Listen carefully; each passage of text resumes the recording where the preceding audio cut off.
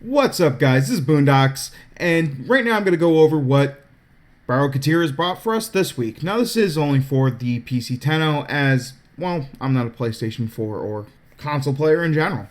And with that being said, he has brought us a little decent selection, but overall, I'm not hugely impressed this week, though I haven't quite checked out all the cosmetics as of yet. With that being said, he did bring the Katir Arrow Kit, but I'm personally not going to purchase this as, well, I can barely ever see my arrows to begin with, and I really don't like using bows. But that's my own personal choice. If you think that this is what you want to go for, definitely check it out. It does have a pretty cool design with like the twin arrowheads and that type of thing.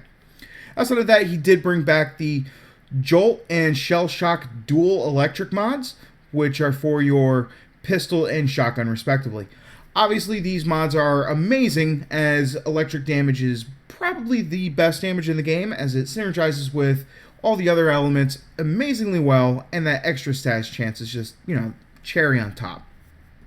He also brought back the Prisma Scanner, which is definitely a nice little upgrade over the regular Scanner, as the regular Scanner is, pretty much a starting item, but of course this will not compare to the brand new Prime Nikana.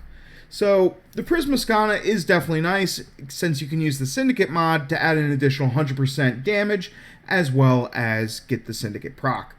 However, one thing you do need to know is that those mods will not be applied to frames such as Valkyr or Excalibur, and because of that, the constant use of Scanner, or Prisma Scanner as it used to be used, is no longer the go-to. Of course, it does look really fucking cool with the whole glowy effect, especially once you change the energy color of it. So if that's your thing, definitely go for it. As the stats overall are pretty decent. I mean, the melee attacks being focused in slash is always pretty nice, with a decent critical multiplier and chance. So you can use this weapon to attack pretty well, considering its attack speed. With that being said, I haven't checked out the Prisma Daedalus set yet, but we will check that out in one moment when I return to my ship. And in addition to bringing the Sands of Inneros blueprint to start the quest line in order to get Inneros, which I highly recommend you do if you don't want to just buy them for platinum outright, because Inneros is a really fun frame, plus, extra story missions, why not? He did bring back the boosters. Now, the thing with the boosters, and a lot of people argue with me on this, on the internet, which is kind of like jerking yourself off, I guess. But in the grand scheme of things, 400 ducats for 3-day booster isn't worth it, and I am about to show you why. And I'm going to go with the 400 because it's, the halfway point, between the 450 for the affinity booster or the 350 for the credit booster. So let's head back to the ship and talk about that a little more. So real quick, here we are with the boosters and the resource booster. 400 ducats, or you can pay 80 platinum. Well, the thing with that 80 platinum is it's actually going to get you 7 days instead of just 3, and if you wanted to pay 40 platinum, you get the same 3 days. So what does that mean? For 40 platinum, 40 goes into your 400 10 times.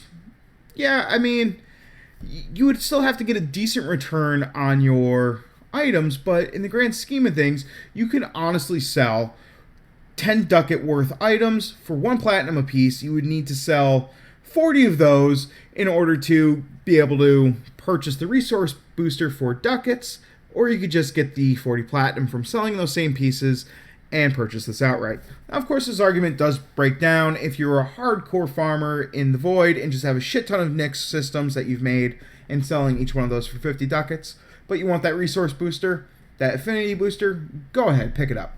But I still feel like the platinum is the better way of going, selling your parts for platinum and saving your ducats for those cosmetic and specialty mods and weapons that you might want to come across. And last but not least, what do I think of the Prisma Daedalus armor?